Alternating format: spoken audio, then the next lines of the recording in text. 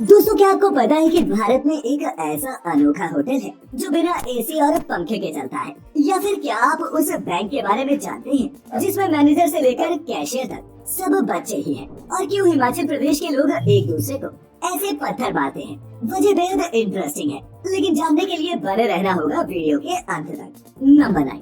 दोस्तों, बात जब भी दुनिया के आलीशान और लग्जरी होटल्स की होती है तो हमारे जहन में दुबई के बुर्ज खलीफा से लेकर मुंबई के ताज होटल के ख्याल आने लगते हैं। लेकिन क्या आप जानते हैं कि भारत में एक ऐसा आलीशान होटल मौजूद है जहां आपको एसी तो क्या पंखा तक देखने को नहीं मिलेगा? जी हाँ, हम बात कर रहे हैं कर्नाटक के चिकमगलूर में मौजूद शून्यता इको होटल की, जो कुछ ऐसा दिखाई देता है। बड़े से बड़े 5 स्टार होटल्स को टक्कर देने वाला ये होटल पूरी तरह से इको फ्रेंडली तरीके से तैयार किया गया है। इस होटल में इस्तेमाल की गई हर छोटी से छोटी चीज भी इको फ्रेंडली है। फिर चाहे बात रेन वाटर हार्वेस्टिंग की हो, सोलर एनर्जी या फिर इमारत की बनावट में इस्तेमाल होने वाली नेचुरल ब्रिक की। और दोस्तों, इस होटल को लेकर सबसे अमेजिंग बात तो ये है कि यहाँ पर आपको एसी और पंखा कुछ भी नहीं मिलेगा, बल्कि यहाँ कमरों को ठंडा रखने के लिए नेचुरल एयर बैंक्स का इस्तेमाल किया गया है, जो जमीन की ठंडक को पाइप के द्वारा कमरे तक पहुँचाते हैं। और इसी वजह से 24 घंटे और साल के 365 दिन आपको यहाँ का टेम्परेचर बिना एसी के भी 18 से 24 डिग्री सेल्सियस के बीच ही मिलेगा।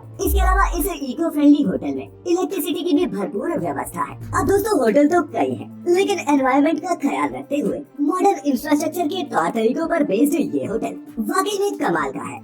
नंबर 1। दोस्तों, वैसे तो बैंक सब बड़ों के लिए ही होते हैं, वहाँ बच्चों का कोई काम नहीं। लेकिन आपको ये जानकर ताज्जुब होगा कि भारत में एक ऐसा अनोखा बैंक है जहाँ मैनेजर से लेकर कैशियर तक सब बच्चे ही हैं। अब आप भी सोच रहे होंगे कि आखिर ये कैसा बैंक है, तो आपको बता दें कि ये बैंक है तेलंगाना के चिलपुर के स्कूल में स्थित स्कूल बैंक ऑफ चिलपुर, जो सिर्फ स्कूल के बच्चों के लिए ही चलाया जा रहा है। यहाँ सिर्फ बच्चे काम करते हैं और उन्हीं का खाता चलता है। लड़कियों के लिए चलाया जा रहा ये बैंक स्कूली घंटों में 3 बार खुलता है, जहां बच्चों को फाइनेंशियल एजुकेशन देने के साथ साथ पैसे बचाने और बैंकिंग सिस्टम के सारे तौर तरीकों से रूबरू करवाया जाता है। इस बैंक में स्कूल की लगभग सभी छात्राओं के अकाउंट हैं। उन्हें आम बैंक की ही तरह यहाँ एक पासबुक बनाकर दी जाती है, जिसमें उनका स्लिप नंबर होता है और वो इसी स्लिप के जरिए अपने खाते में पैसे जमा कर सकते हैं या फिर उससे निकाल सकते हैं। सिर्फ इतना ही नहीं, इन छोटे छोटे बच्चों के पैसे पूरी तरह से सुरक्षित रहें, इसके लिए उनके द्वारा जमा की गई रकम को नजदीकी पोस्ट ऑफिस में जमा करा दिया जाता है, ताकि वो जब चाहे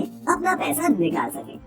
नंबर 7। दोस्तों, भारत पूरे विश्व में अपनी संस्कृति और परंपराओं के लिए जाना जाता है। यहाँ चंद कोस पर ही भाषा और प्रथाएं बदलने लगती हैं। और हमारी इसी कड़ी में आता है हिमाचल प्रदेश के धामी में होने वाला एक अजीबोगरीब फेस्टिवल। हमारे यहाँ मनाए जाने वाले दूसरे त्योहारों की तरह इस त्योहार में लोग एक दूसरे को मिठाई नहीं खिलाते, न ही उनसे गले लगते हैं, बल्कि यहाँ तो गाँव वाले एक दूसरे पर पत्थर फेंकते हैं। जी हाँ, आपको ये सुनकर हैरानी तो जरूर हुई होगी, लेकिन ये बिल्कुल सच है। शिमला से कुछ ही किलोमीटर दूर स्थित धामी में हर साल दिवाली के बाद स्थानीय लोग 2 गुटों में बट जाते हैं और बीच सड़क पर एक दूसरे को पत्थर मारते हैं। माना जाता है कि इस जगह पर सदियों पहले यहाँ की कुलदेवी की बलि दी जाती थी, मगर समय के साथ इसे रोकने के लिए अब ये लोग पत्थर मारकर हल्की फुल्की चोटों से निकले खून से ही अपनी कुलदेवी को खुश करते हैं। वैसे आपकी जानकारी के लिए बता दें कि हिमाचल प्रदेश के अलावा उत्तराखंड में भी कुछ ऐसा ही भगवान राम का उत्सव मनाया जाता है। वहीं मध्य प्रदेश के गोलमाल में भी ऐसा ही त्योहार सुनने में आता है।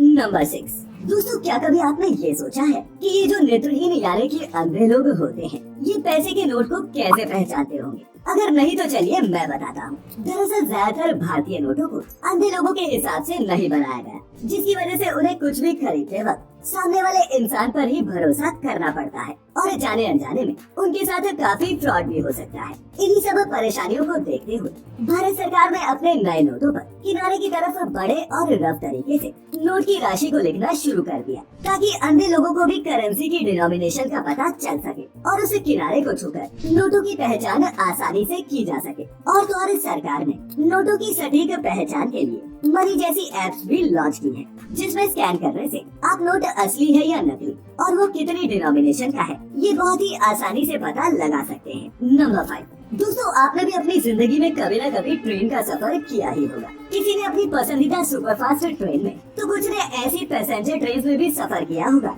जिसमें बैठकर वो अपनी किस्मत को खोजते होंगे। लेकिन दोस्तों, आज हम आपको ऐसी हैंगिंग ट्रेन दिखाने वाले हैं जो रेलवे ट्रैक के ऊपर नहीं बल्कि उसके नीचे लटक कर चलती है। जी हाँ, जर्मनी के वुपरटल सस्पेंशन पर चलने वाली इस उल्टी ट्रेन के बारे में सुनकर आपको जितना अटपटा लग रहा है, इस पर बैठकर सफर करना उतना ही मजेदार है। और दुनिया भर से हजारों लाखों लोग यहाँ सिर्फ इस उल्टे पुल्टे अनोखे सफर का मजा लेने आते हैं। इससे भी ज्यादा हैरानी की बात ये है कि उल्टा लटक कर चलने वाली ये ट्रेन आज से 120 साल पुरानी है, जिसे शहर के डेवलप होने के बाद जगह की कमी के कारण हवा में ऊपर ट्रैक बनाकर 1 सदी से भी ऊपर समय से चलाया जा रहा है।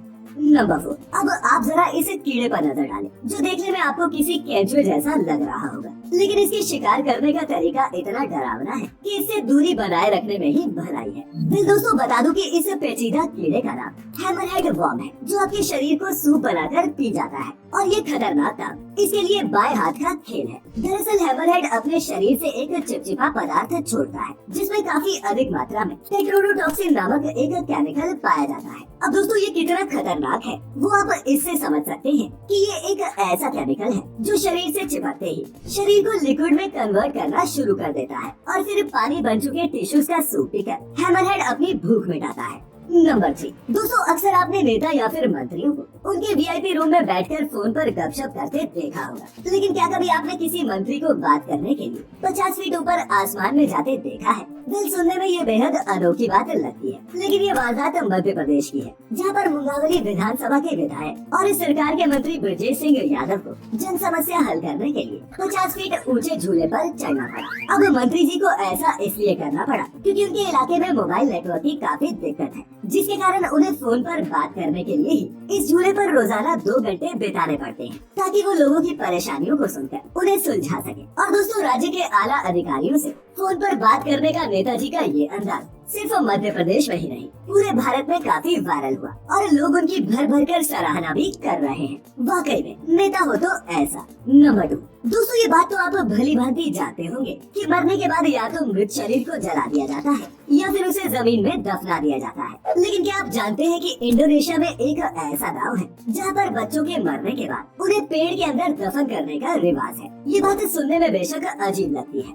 लेकिन ये 100% सच है। इस गाँव का नाम ताना तोराजा है, जो कि इंडोनेशिया के प्रांत दक्षिण सुलावेसी में मौजूद है। यहाँ के लोग बच्चों के मरने के बाद उन्हें जमीन में दफनाने के बजाय एक बड़े से पेड़ के अंदर दफनाते हैं। यहाँ के स्थानीय लोगों की माने तो ऐसा करने से हवा उनके बच्चों की आत्मा को बहाकर ले जाती है और प्रकृति उनके बच्चों को अपने में समा लेती है और वो फिर से प्रकृति का ही हिस्सा बन जाते हैं। जैसे जैसे पेड़ अपने पुराने आकार में आ जाता है, ये मान लिया जाता है कि बच्चा प्रकृति के साथ पूरी तरह से मिल चुका है। हालांकि आपको बता दें कि यहाँ उन्हीं बच्चों को दफनाया जाता है जिनकी मौत दांत निकलने से पहले हुई हो, अदरवाइज बाकियों के लिए वही नॉर्मल प्रोसेस है। नंबर 1। दोस्तों ट्रेन के सफर को यात्रा करने का सबसे सुरक्षित और सुगम साधन समझा जाता है, खास तौर पर तब जब आपकी सीट कंफर्म हो। लेकिन क्या हो अगर आप ऐसी ट्रेन में रिजर्वेशन करवा लें जो वास्तव में हो ही नहीं। एक रेलवे यात्री के साथ कुछ ऐसा ही हुआ, जिसने बीते दिनों लखनऊ से वाराणसी जाने के लिए इंटरसिटी एक्सप्रेस के C1 कोच में सीट बुक करवाई और